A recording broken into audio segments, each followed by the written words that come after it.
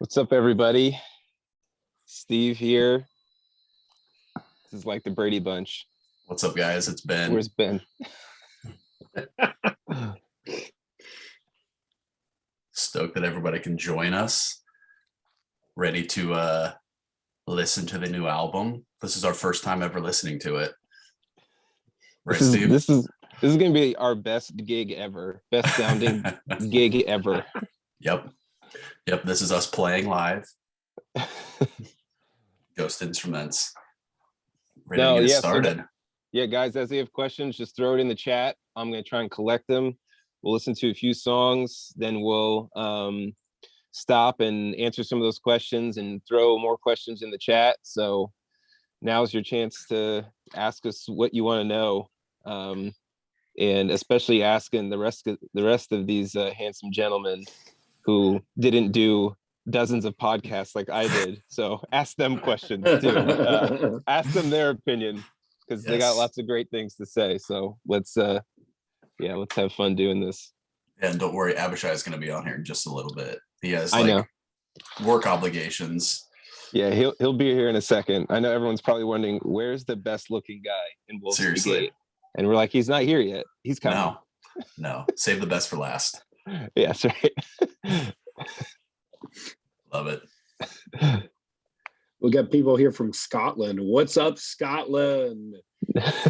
That's awesome. Yeah, man. It might be the same person that asked me what time this airs in UK time, and so I had to look that up. UK time is 4 hours ahead of us, so the more you know. All right, good to know. All right, I guess let's kick this thing off. Let's start with Shadows.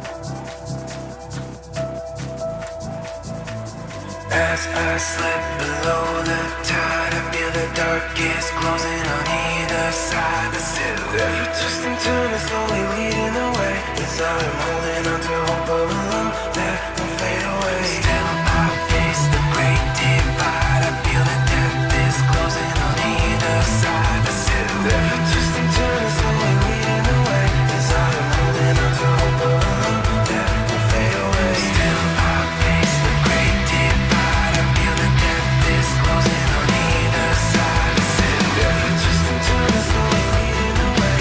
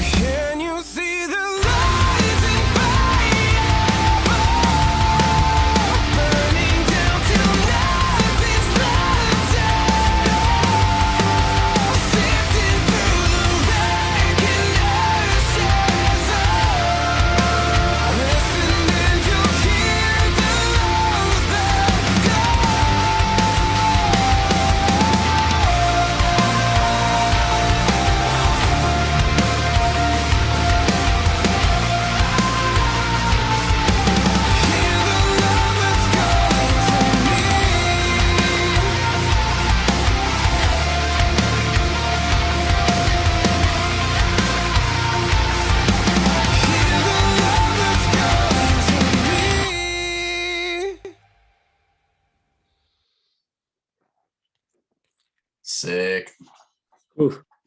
Gotta That catch one my gives me- breath. Yeah, that one gives me chills every time. I put this in the chat, Nick, but your hand was like right up against the camera. And it just looked like you had this like monster hand, like from Super Smash Brothers. Donkey Kong hands here. Yeah. I wanted to say, like, every time I listen to Kiss the Wave, man, like the drums are so energetic. Dude, you freaking killed that song. I love listening to you play that song. That's just on there. It's just awesome. Thanks, man. That's really nice of you. Thank you so Right. much. All right, so each of us, we got to pick our favorite song off Eulogies. So I'll go first. Mine is Lights and Fire. I'll go second. Mine is Peace That Starts the War. It's mine. Yeah. Joey, you're next. I'm going to go with Peace too. Yeah. Yeah. So, I guess I can't ever escape the metalhead in me, so I'm going to say that Weight of Glory is definitely my favorite. Of course. Makes sense. Oh man. I'm gonna say Dead Weight because I had the most fun writing drum parts to that song, and it was the most fun to play. Nice. Your drum fills are super tasty there. Yes. A little bit of sauce, a little sprinkle sauce, just a little Yeah. mozzarella. Yeah, it definitely got some sauce on there. All right, so one of the next questions we saw: how do we decide which songs to pick as singles? Ooh. This was That's a good hard. one. Yeah. I mean, I think that we definitely, if I remember right, all of us just kind of like put out our top 4. But I mean, I think we talked to a decent amount of other people too, just to see what people thought were standout tracks.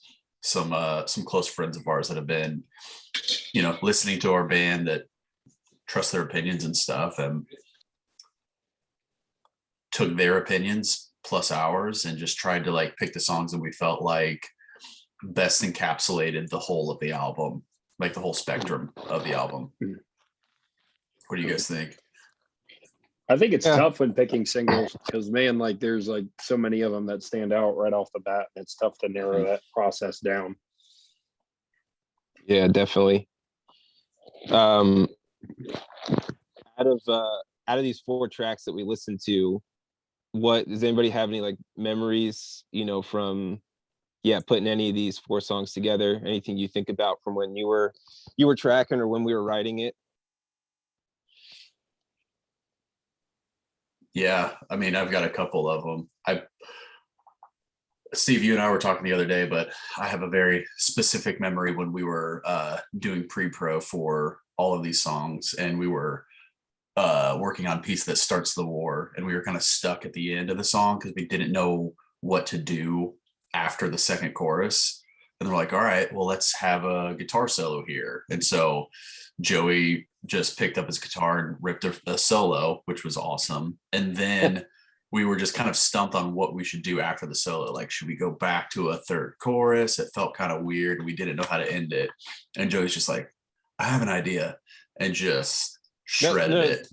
Part of what makes the story so great is Joey, I don't think it's ever said the words, I have an idea.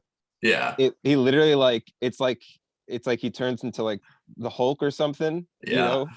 There's just like this green rage of creativity, and he's just like, oh, we go like this, and the solo would go like part of it that wasn't helping. You remember we were I was gonna say the idea took over your body. It was amazing. It was so entertaining to watch. Like, oh yeah, whoa! And the guitars can do this, and then the drums do this, and then Nick, you can just go, and like you literally did everybody's part, and you just kept pointing it. Your eyes were so big, and you just kept pointing at people like, "You're gonna do this," and then I'll just do this. I think part of it was all that whatever that seltzer water that we were drinking that we didn't realize had caffeine in it until like at the very end, and Joe was just straight hopped up on caffeine. I felt bad for you guys because I'm already a little high energy. We were in a single room for 3 days straight, And it turned out our only source of water that we were drinking was this bubbly water. And on the last day, after not sleeping for basically 2 nights, we found out it was caffeinated, which is not a good combo. Oh, it's so funny. But It's yeah, so good. I mean, that's a part of why I like that song too, is the creative process, because it was just so like collaborative with all of us. yeah, Started with just like a little riff that Steve ran with and added this like really cool wah. Like Steve just started throwing lead guitar all over it. yeah, And which obviously I love. And so like most of the leads, actually pretty much all of the leads on that song are actually Steve. And then with where it was headed, it was like you can't not have a solo. of course. Yeah. So The cool thing too was, when we're working through all these songs, we're just like programming drums. And so the drums are always like, they're doing kind of what they need to do, but then I guess to like pass. But when I remember when Ab tracked the drums, I remember watching him track the drums to the verse of Peace, and the way that he was syncopating things, I was just like, and this is why this guy's in this band, because I wouldn't have thought to do anything like this. And I was like, that's so cool. I felt like such a fan at that moment. I was like, it's so cool you did that. I love your band. Proud dad. Proud dad. Oh, my boy, Abishai.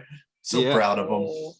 Well, what's cool though is when you have the good groove, then that sets Ben up to get pretty nasty and growly with the bass during that verse. So yeah, it was just cool seeing that all come together.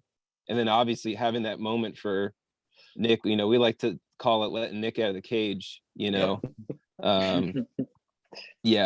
pretty much the demo. Honestly, I still think I like your demo takes better than your studio takes, when we were doing the demo in Columbus, because your vocals they were just, I don't know if you were just like clipping the mic so hard, but it just sounded so mean, but I think there's definitely something to be said about like there's like a certain pressure to it. Like when you're recording, you're like, oh, this is going on the record. And then sometimes it's like it's easier to just like, oh, this is just a demo. So you almost kind of have like a little bit more fun with it. So yeah, I agree. That's awesome, man. All right. Well, we've got a ton more questions, but we got still a good bit of the record to listen to. So let's keep it rolling. And so let's keep track 5, right? Eulogies.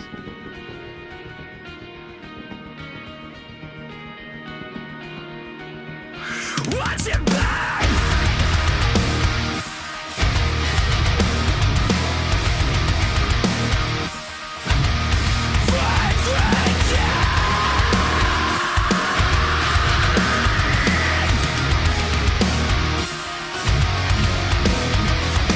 I worked with the eulogy.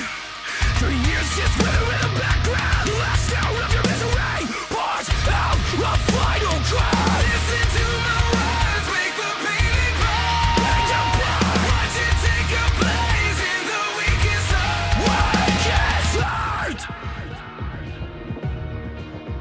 Such a violent eulogy. Staring my heart out. Staring my heart out. With this doubt and mystery.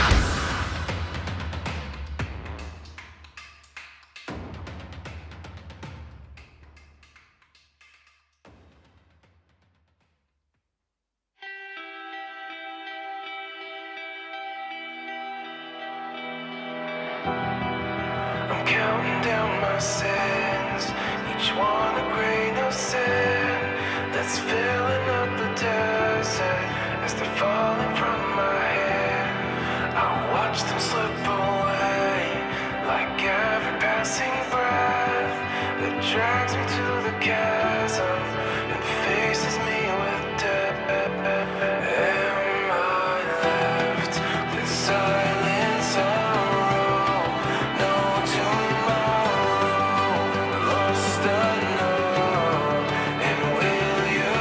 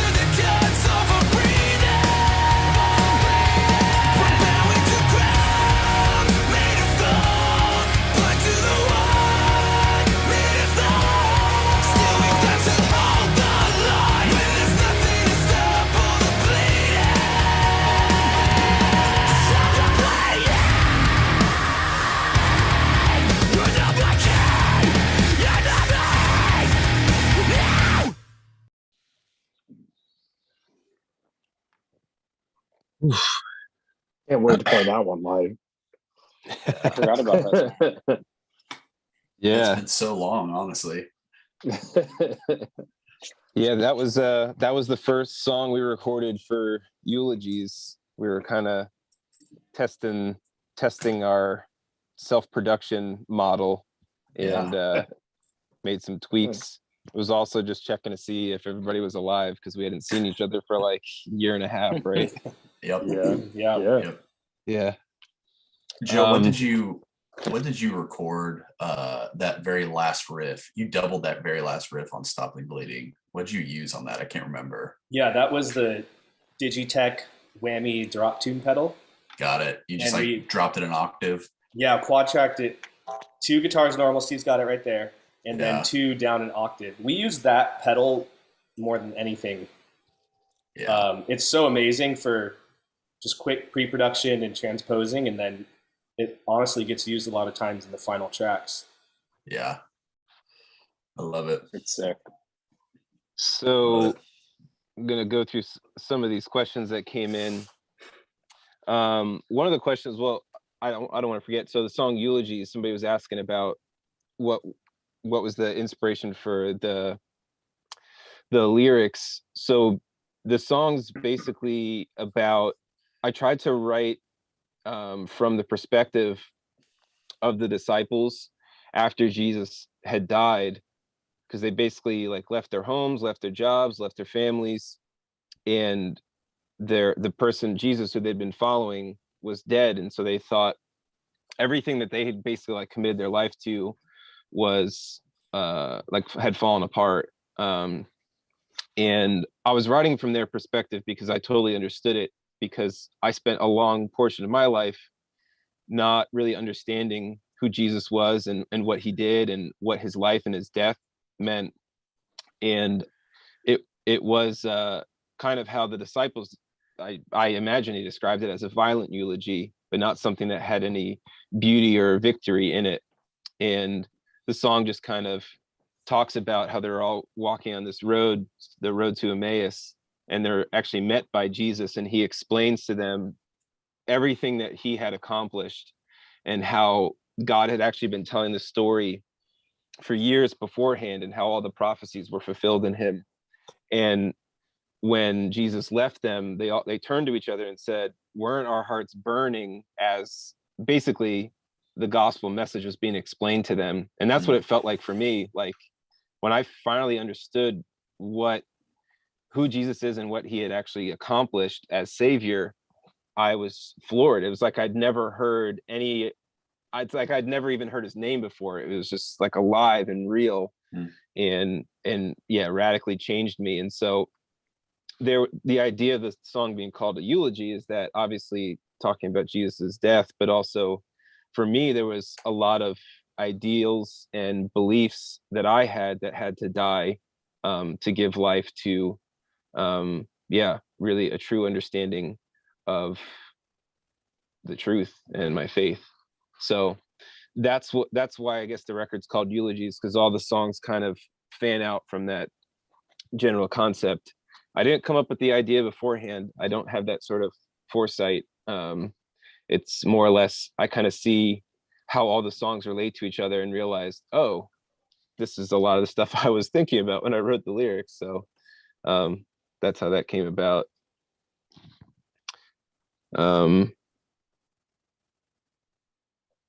Why did we make No Tomorrow? Somebody asked why we made that song. It's so different than the other ones. Every record needs a banger ballad, you know? Yeah. I think it was actually, that song was probably our unanimous favorite for a long time.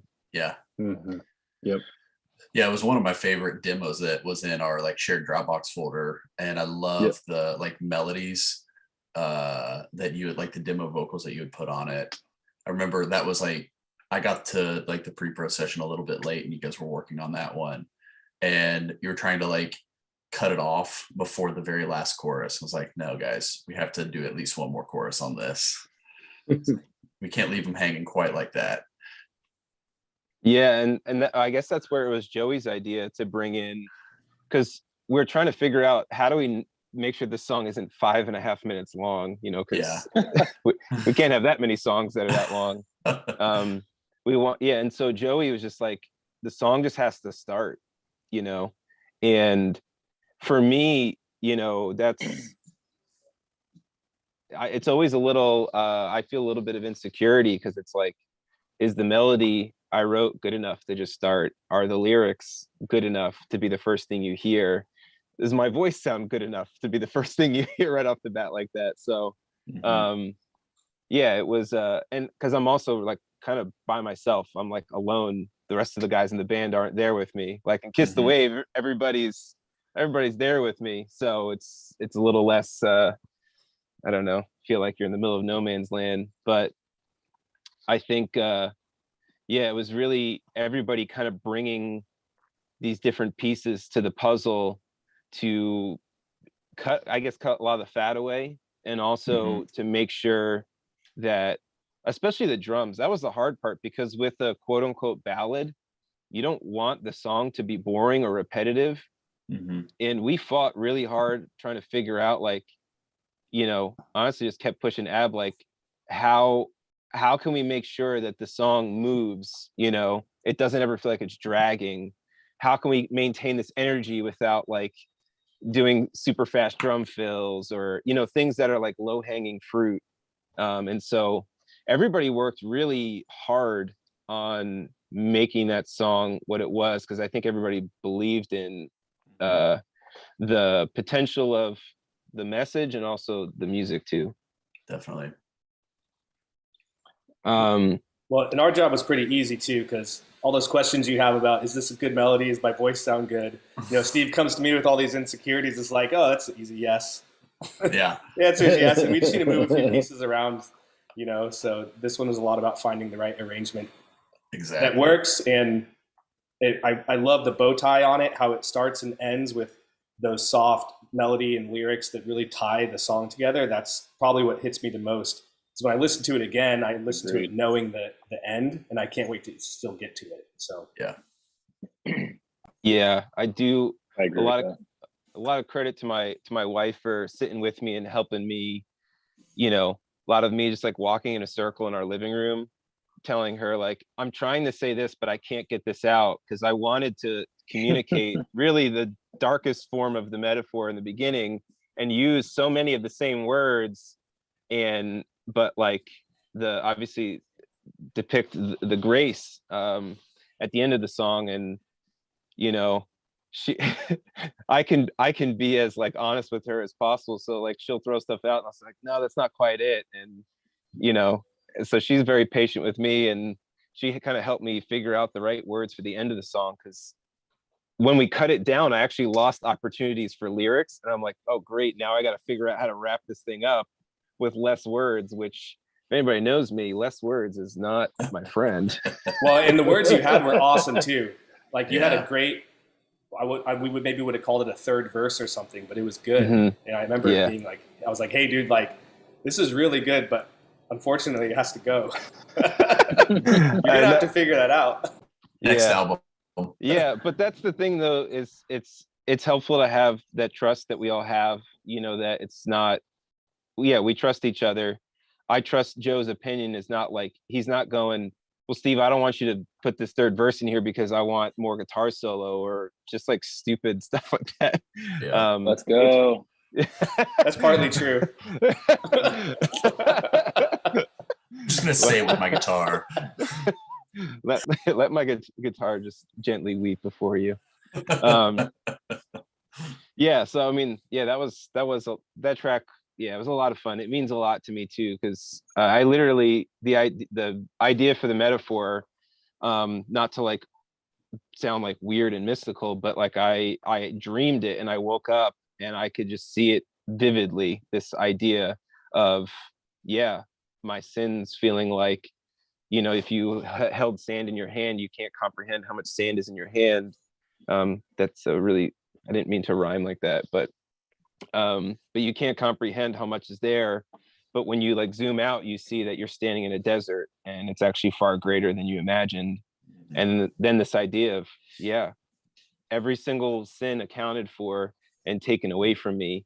that's what the gospel message is. That's what Jesus did, and it's just unreal. It's amazing. So I'm always trying to find ways to communicate that, and it's hard, but you know, we do our best, and the guys in the band are also really helpful, because whenever we get to a certain part with the demo, I tell all the guys what I'm thinking, and it's helpful to get their feedback too, as to whether I'm going down a good road or it makes sense, or if the metaphor is working with the song. So as much as I take a lot of that on my shoulders, I need a sounding board with the other 4 guys. Otherwise, I probably would lose my mind. Which I think you guys, I think I did lose my mind at the end of the pre-pro session we did. We all did. Yeah. Yep. There were so many songs that we couldn't complete. They're like, all these songs are like 80%, and they're so close and they're so good, and we don't want to just leave it, just finish it with the first thing that we think of. We want to take time and make sure it's right. And I think there were so many times where just like points of contention where just like, no, that's not it. It's not it. We can't do it. We gotta keep doing it. Like there's something better. Like we're gonna find, you know, the right arrangement or the right ending. Yeah. And so, I mean, every time I think back to that, all I think about is how excited I am to do more of that for the next record. You Definitely. know, one of the other things, talking about Weight of Glory, Joey kind of mentioned it in the chat. You know, we were wrapping up this session, and it was just Nick and I, which I don't know if there's ever been a moment where we're like writing music and it's just Nick and I. Like that song. I mean, all there was basically like the main guitar riff, you know, the riff you hear in the beginning. Yep. And I just remember telling the guys, I'm like, well, I'm just gonna go for this one. And everybody started texting in all their ideas because everybody had to leave. But like Joe and Ben and Abishai were like texting in their ideas of what should happen here. And I was like, Joe, for the chorus, I'm going to use this riff you wrote, you know, that you dropped in the box, you know, I'm going to use that for the chorus. Is that cool? He's like, yeah. And so Nick and I just started piecing it together. And I mean, it was perfect because it's literally the Nick Deddy show, that song. So it made sense that it was just Nick and I. Yep. And again, that's another one of the songs where like I think that the demo vocals are better because you were just like, I don't know, we were definitely amped up. Yes. I was gonna say we were on a special kind of energy towards the end of that night. So because that was a late one. So I was definitely. It was the seltzer waters. And I was screaming at Nick while he was screaming, going like, it was good. We were hyping each other up. It just kept kept going, more, lower. And then I go, higher. That's the moment that sticks out to me the most, is that one right there. That was my favorite one. Yeah, that was a lot of fun. A lot of people have asked why Lowborn isn't on the record. It wasn't a choice we made. It wasn't like we had Lowborn as one of the songs to choose and we just didn't pick it. Lowborn didn't exist until what, Joe? What was it, October? Like the end of October? Yeah. Because we realized, you know, people have been asking us to do another Christmas single for a while. The last one we did was Come Thou Long Expected Jesus, and then The King, you know, years before that as well. And so we were just like, I don't know. We kind of, put out some singles, and I knew there was going to be this gap in between when we put out Shadows and when the next single would come out. And I was like, well, here's an excuse for us to put out another song that's not on the record. And we literally just threw the song together, to be honest. It happened very quickly. It wasn't the preferred way that it would happen, but I was like, all right, Joe, it's Christmas. We just need to lean into the Trans-Siberian Orchestra metal vibe and just go for it. I remember texting Nick, I'm like, hey Nick, we got a song. We need you to track vocals to. He's like, I thought we were done.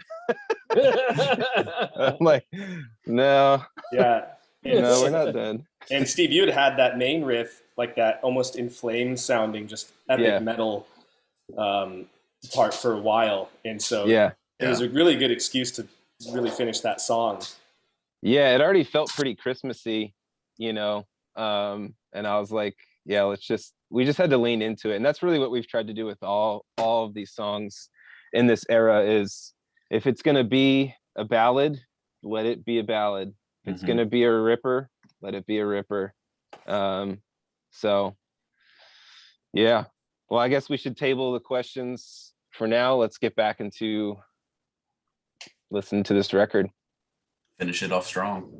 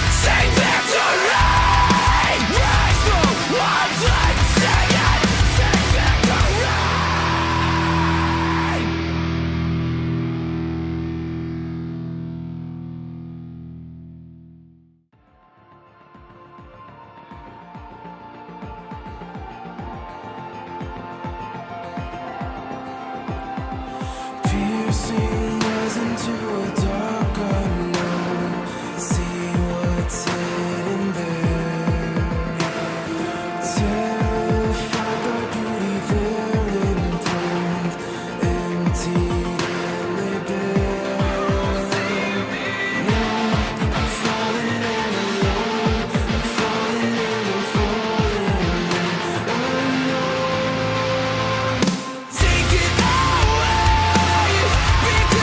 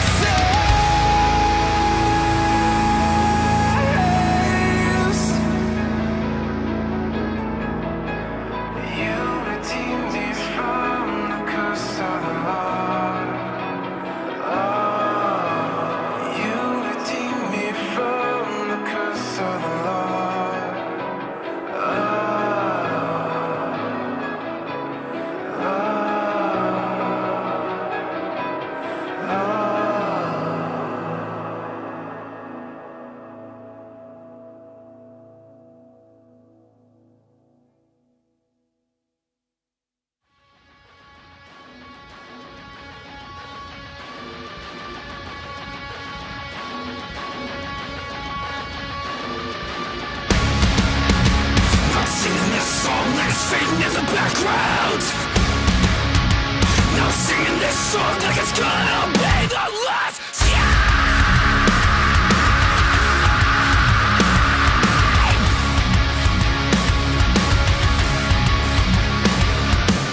The first note of the melody is rung out to until the divine. The curse is against the burst with a thunderous voice, but you draw the line. Just silence the beauty and fill the world with pain. Just violence and chaos where all is lost. And my accent echoes the words you put inside that are endless. The anthem of season. But if you silence this song, the frost will cry out. The anthem of season. The chord breaks when you want to hear a new song. What cloud is down the door?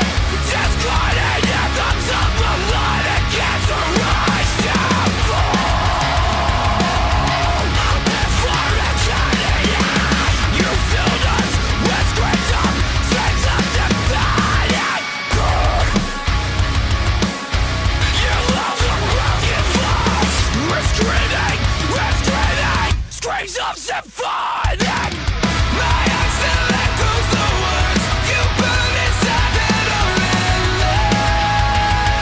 The anthem of season. But if you silence this song, the frost will cry out.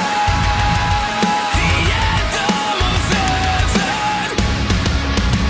Not singing this song like it's fading in the background. Not singing this song like it's gonna be the last.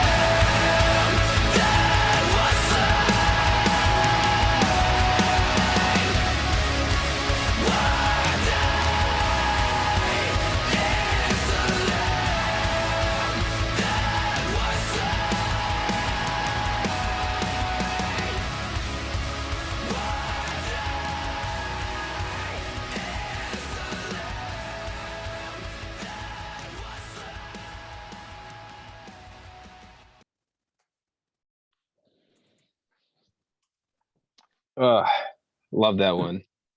Man. Yeah. Those last two songs, like Embracing and Silent, like are the just swiftest kick to the chest in both spectrum of emotions for, because man, like dude, Embracing, like ever since you guys showed me that song by Shane and Shane, like I was floored at just the beauty that is like in describing the gospel of Jesus. And just I love that song, and just I'm so glad we actually got to make a cover of that song like this go around, and finally it found a place on one of our records. Because man, I think, like, not trying to toot our own horn, but I think we freaking like just put so much emotion into that song. And I just, dude, I like Steve's range at the end, like all of it, man, like all that entire song, like it was making me fight back tears, man. Like it's so good. Yeah, it's easy when a great song's already written for you and the lyrics are great. You know, it's like, to me, I was like, well, we just got to make a jam, you know. But I mean, Ben, when did I first send out a demo of that song? We were talking about putting it on 5x5. Yeah. I remember. So I remember that. It's been around that long. Yep. And honestly, to me, we were always on the fence about, like, does it fit on any of our records? Right. And to be honest, I wasn't even sure myself it fit. I knew I just loved the lyrics to the song were just so good. But honestly, when Ab was tracking drums, it finally came alive to me, because whenever I write stuff, I do program drums, and they just have a real program drums can really tend to just kill the vibe a lot of the time. Definitely. Because it's not being played by somebody with a brain. It's a computer who's got a finite brain and finite capabilities. But when Ab was tracking the drums, I literally got so excited, and I was just trying not to like communicate that to him to like make him feel weird. But in my mind, I was like, this is gonna work. Yeah. I'm like, this is actually gonna work. Yeah. Because the dynamics of the song is so dependent on the communicating the dynamics. And so when I heard, and honestly, all the little things he does, like, people don't realize how many little things happen in the drums. Even just how the hi-hat is attacked, or the little ghost notes, or where the kick's hitting. All those things make such a huge impact in how you feel, because that song needs music to communicate the emotion properly. And so, you know, and the same thing, like Ben, like the bass too, like getting when I wrote it, it's program bass. Again, Right. it's dead, it's sterile. And then finally getting those pieces together. And Nick had actually never tracked, like, even though the demo existed back in 5x5 era, Nick never tracked any backing vocals, which Nick's screams are just so haunting, especially in the verses, in like the darker parts of the song. And so, yeah, for me, it was like, maybe the reason why it never came together was because we never actually tried to record it for real. Right. You know? Yeah, I'd wholeheartedly agree with that, Steve, because I remember it's gone through like several different rotations, and like you've tried to mess with like the structure of the song and how that would translate. And a lot of the demos, it's like, I remember listening to it with you one time, and like, we both loved the song. Like, we really wanted it to work, but it just felt like it wasn't quite there. It just felt a little more of like a cheesy cover. It's like, okay, I don't know if this is gonna quite work. And then when we were in like 5x5 process, we had like 11 or 12 songs, and we just like couldn't fit it in at that point. So, and then it just kind of got tabled and went on the back burner for a little while. And then when it came back up on this one, I'm glad that we finally just pushed through with it. Yeah, which is funny. A lot of these songs on this record are, you know, like the songs that we pushed aside on other albums, you know, like Silent Anthem. Remember, it used to be called Monster Grand Slams. Monster Grand Slams. And really, it was, most of that song was like the first half of the song, but the reason why we never could end it is because it was, it was kind of missing the soul of, I guess, what the song's about. And I'm trying to think about other songs on the record like that. Like Eulogies was called Ball Champions. Ball Champions. That one's been around for a while too. And yeah, a lot of the songs, a lot of the heart of what was the song was there, but just missing pieces, you know. I want to go back to a question somebody asked, where they asked, what do we all do for work apart from playing music? Because I think that everyone's realized it's very difficult to make a real living playing music. They're like, y'all look poor, so what do y'all do for real work? I know y'all are musicians, but how do you make money?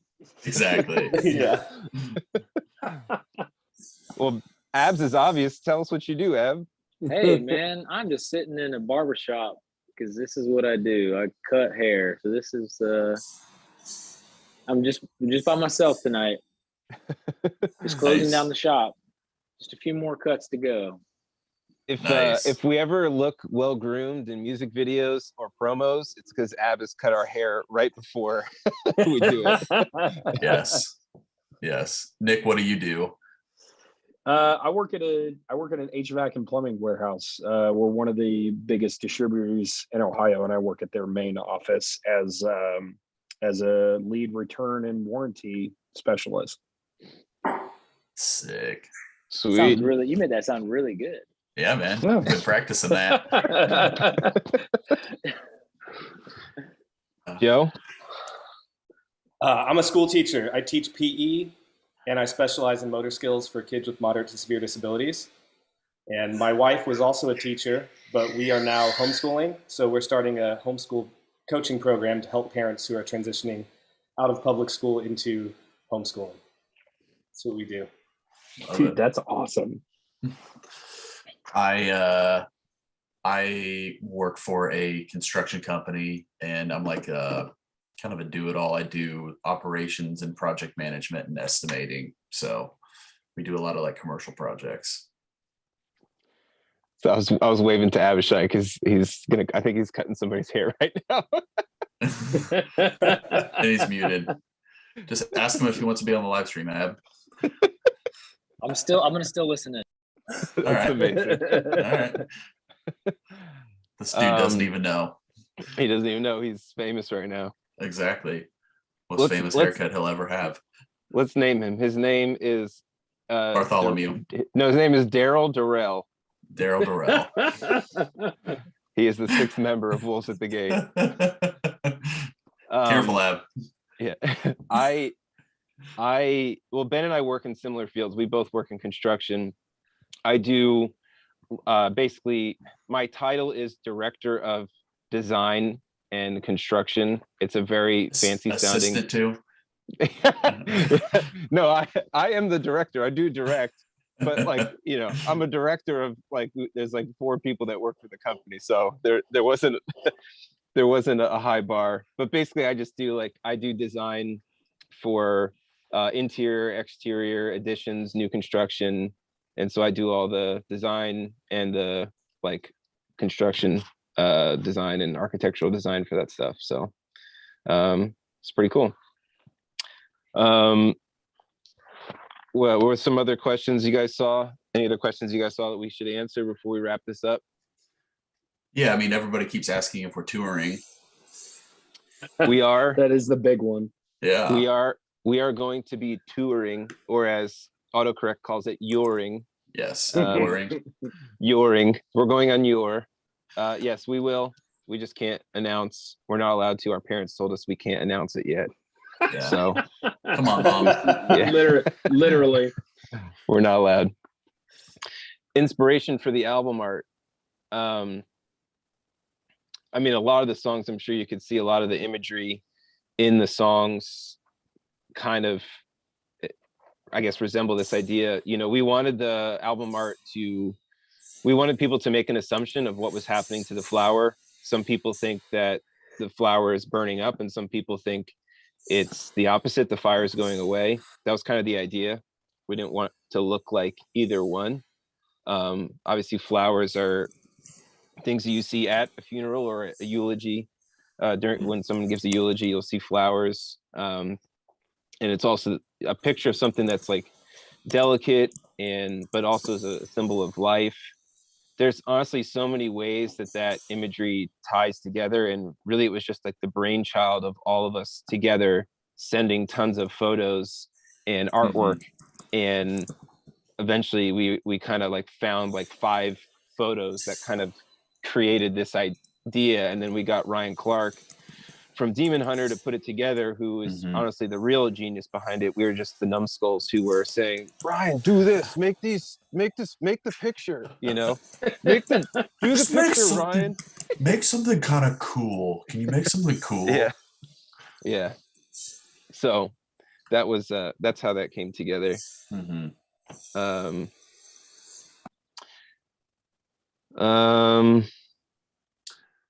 Any chance for some behind the scenes videos like we did on Types and Shadows, Steve? Yeah, I mean, so I actually filmed myself tracking guitar and vocals for almost the whole record. So maybe we'll put something together with my stuff. Ben, I know you recorded yourself tracking vocals. Joey, you filmed some of your stuff. Joey's also been doing guitar playthroughs. So we may try and compile all this footage. It's just going to require somebody who's patient, and it may end up being one of us. So yeah, when I say one of us, I say maybe Joey. If anybody in the chat wants to just volunteer themselves for some really painful video editing, we have lots and lots of footage that just needs to be compiled, I guess. Yeah. Somebody asked us about our writing process and what comes first. There is no clear-cut process. As I'm sure you probably realize, songs can start from a guitar riff, songs can start from lyrics, songs can start from just a melody.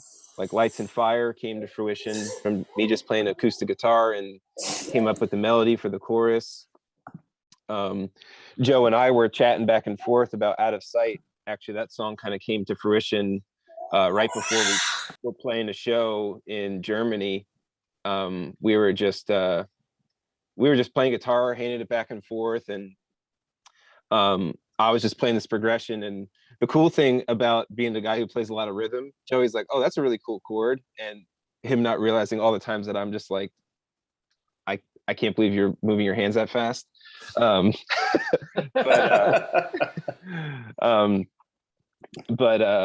Yeah, so he grabbed the guitar and I was like, "Hey, what do you think of this melody?" Because it'd been popping around in my head, and that was kind of the beginning of Out of Sight. But then it took some painful, months of different versions to come together. So there is no rhyme or reason.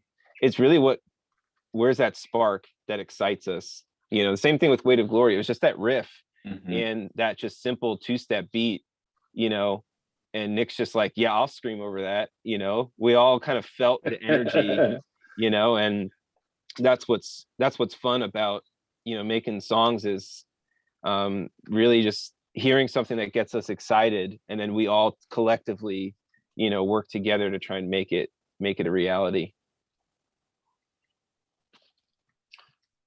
What were some of your guys' favorite parts in recording this album? Like any standouts behind the scenes where you're like, I don't know. I know we had talked about a couple of them during like the pre-pro sessions and stuff, but Joey, do you have any other like really standout memories from the recording process? The times that we were all together were definitely the highlights because it was just so fun. Yeah. It's a great excuse for us to be able to fly across the country and see each other. Yeah. Music aside.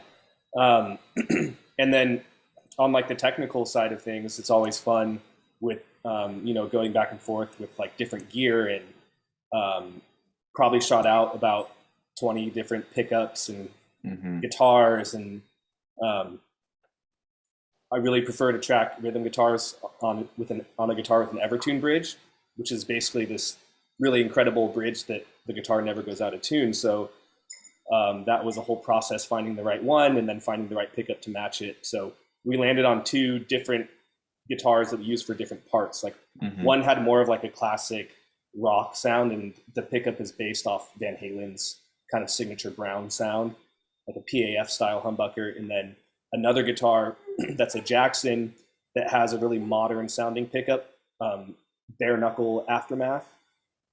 And so that's actually a 7-string guitar, but I'm not into 7 strings, so I just put 6 strings on it and tried to pretend like there wasn't an extra fretboard there. So yeah, that's always fun, like going back and forth, and just it's, you know, there's all these guys have great ears, and it's just nice to be able to trust, you know, their feedback. And especially Steve is just such a great engineer and producer in his own right. So Definitely. Here.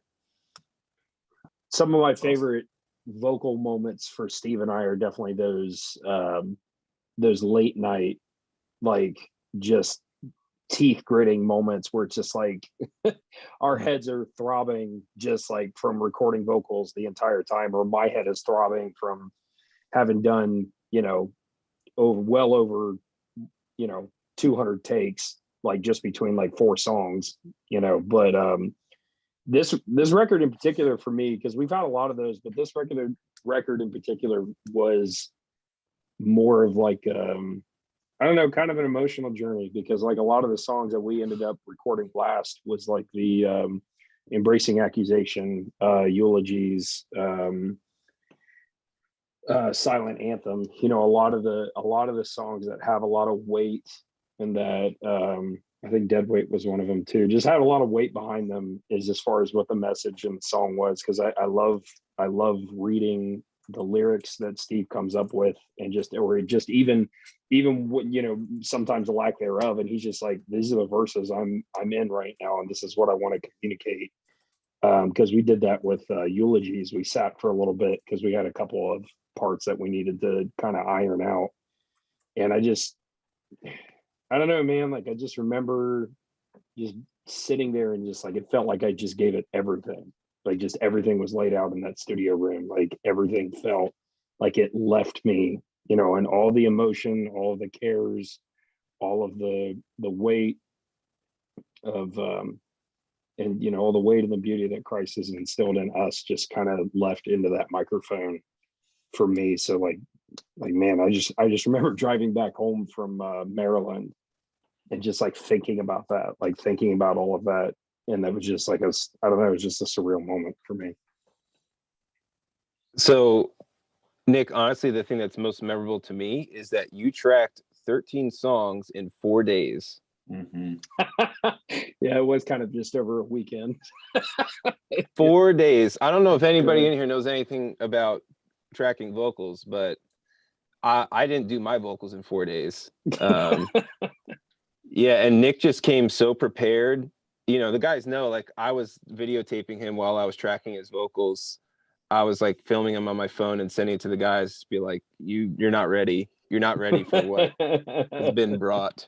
But yeah, Nick definitely just took things to another level, which is always exciting when, you know, you've known people, guys in your band for, Nick, how long have we known each other? Is it like 10 years now? Man, longer than that. At least since 2011, because I guess we did meet, summer of 2011. Yeah, when we played that show together.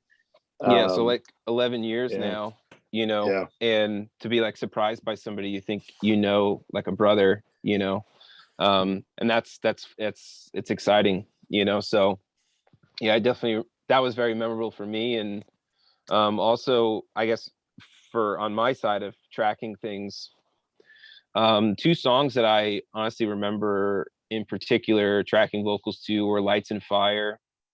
Actually 3, Lights and Fire, Out of Sight, and No Tomorrow. Mm-hmm. I just remember, I don't think I'd ever had so much like joy and emotion while tracking vocals, because normally tracking vocals is pretty punishing. Mm-hmm. And I think what really helped too is, you know, honestly doing it by myself, because I know what I want my voice to sound like. But I also, it really takes you out of the moment when you got somebody in a vocal booth going like, what was it that you said? What's this song even about? Yeah. Oh, okay.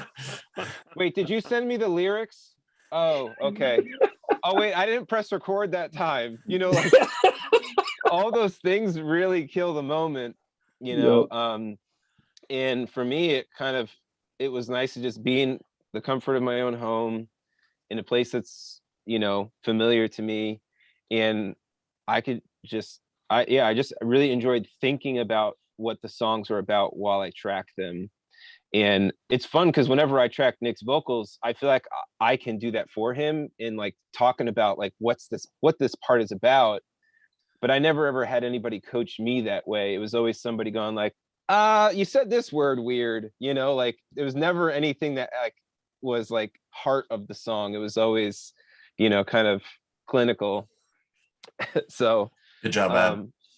Yeah, so yeah, I just had really cool moments thinking about what the songs mean and the truths that were so powerful behind them, like in No Tomorrow and Out of Sight, just thinking about God's grace on me and yeah, just being excited to share that with other people. So Ben, do you have anything you're thinking? Oh, I mean, I think kind of echoing what Joey said, some of my favorite parts were just when we were all together, especially when we tracked Stop the Bleeding, because that was the first time that all five of us had been in the studio together since, well, I mean, the five of us had never been in a studio together. But, so, it was, the four of us had, but even with it was just kind of like an unprecedented thing, which was a lot of fun. It sounds kind of crazy to say that, but the time in Maryland when we were tracking Stop the Bleeding was a lot of fun. And then I think highlights for me, parts on the album that were just a lot of fun. I think I said it earlier, like Peace That Starts the Wars, just that riff that Joey wrote is just so fun to play, so addicting. And that one was a lot of fun. I remember one that sticks out in my head was when we were recording Dead Weight, because Dead Weight's in F sharp. F sharp. Yes, just the lowest we've ever written a song. And I remember it's just so that I could sing the melody. I don't know if people can hear it, but it's crazy. But those notes, my voice is breaking up because we're at the top. I think I actually have it on video, but there's a part where I was tracking the breakdown with Darren and I'm just playing along and he just hits record and we're playing and I get to the very end of the take and it stops and I realized that my bass was off and neither of us could tell, like, because it was just so low you could not even hear anything. That was one of my favorite parts. I don't know why, I just thought that was hilarious. That's amazing. But yeah, I think it's just cool and interesting how we just recorded this album too. Like we got together, we kind of put everything together, but like I think it'd just be cool for each of us to go through and talk about like briefly just the recording process and how it like we basically came together and then broke up, not literally broke up, but just kind of like went our separate ways, did what we needed to do, and then kind of reconvened. Yeah. So obviously there was the whole process of just like working out the rough demos, and that was all Dropbox and group chats and people giving feedback and me just spending time working on melodies, because I'd sometimes send some songs out that had like a melody or no melodies or songs that were completely done. And basically I just tried to do as much work as I could do to get the songs to the point that I felt like I'd exhausted my creativity. And then we all got together in Columbus at any old school fans, Jeremy Steckel, our old guitar player, at his studio, and basically just had like a major powwow to sit down and try and make these songs as good as possible and finish them. And so that was a pretty grueling but incredibly fun process. And then once we finished that, we basically set plans to, all right, we're going to go track drums. in Bethesda, Maryland at Mixed Wave Studios. Simultaneously, I was going to be tracking Nick's vocals while Ab was tracking drums. So I was literally going back and forth between the A and B studio. Yep.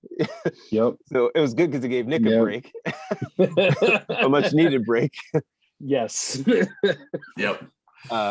So like Nick would like literally like power through a song, then I would head out and go over drum parts with Abishai because he'll track a bunch of drum parts, do different fills, and then we'll go, hey, this is the best version of the song that you put together.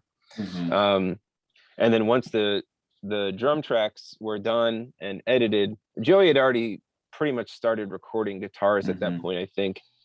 Joey tracked all of the rhythm guitars at his house, as well as the guitar solos and a few other leads here and there that just needed Joey's magical touch. So Nick's vocals, which is crazy, Nick, we tracked your vocals before anything else was done. Pretty much. Nick's vocals are actually the first thing done. I was gonna say that is a weird thing to think about. Yeah. That's what we base all the songs around, is Nick's vocals. And so once the drums were done, I was able to send that to Ben, and Ben went out to Nashville and tracked bass with Darren King, who used to be in a band with Abishai called The Overseer. Yep. And Darren's just kind of a freak of musician, so he was a great bass player as well. And he gets our band. Ben knows him really well. And so they were able to sit down. And you guys, how long did it take you guys to get all that wrapped up? It was 3 days. Long weekend. Yeah, long weekend, wrapped up the bass. Yeah. And then, you know, Joe and I had to power through the rest of all of the guitar tracks and programming and all the production stuff that I put in there, which is it gets easier and easier. But yeah, I tracked all the vocals literally right here. I was standing right here. So that's where all the magic happened. If it was magical. Yeah. And then Joey and I got back together. Once everything was tracked, he flew out to Jersey to my house, and we drove down to Taylor Larson's studio in Bethesda, Maryland, to get the record mixed. So